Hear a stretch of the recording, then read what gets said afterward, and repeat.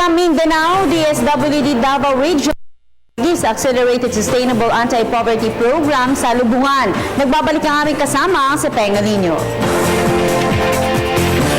Isinagawang Huwebes sa pamagat na tawag na Accelerated and Sustainable Anti-Poverty Program o ASAP sa Lubungan na pagtatagpo-tagpo na matataas opisyal ng lokal na pamahalaan sa Davao del Sur sa pamumuno ni Governor Claudio Bautista, tatlong alkalde sa kanyang probinsya at mga opisyal ng nasyonal na ahensya, pamahalaan, mga kumpanya at iba pa para mabigyan ng pangkabuhay ng mga magsasaka ng Hagunan, Magsaysay at Vigo City at katuwang ng Department of Social Welfare and Development ang Department of Culture bilang convener sa Region 11.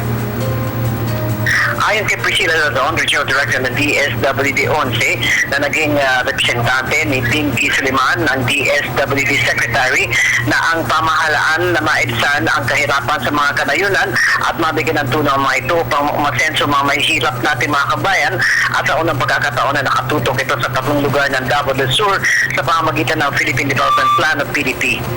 Sa pamamagitan ng ASAP sa Lubungan, ang mga negosyante at iba't ibang ahensya ay maaaring makapag-expand at mas madami ang sa mga nakakarami natin mga kababayang mahirap o kaya sa mga raw materials at oportunidad nila na magkaroon ng maayos na trabaho at pag-asenso.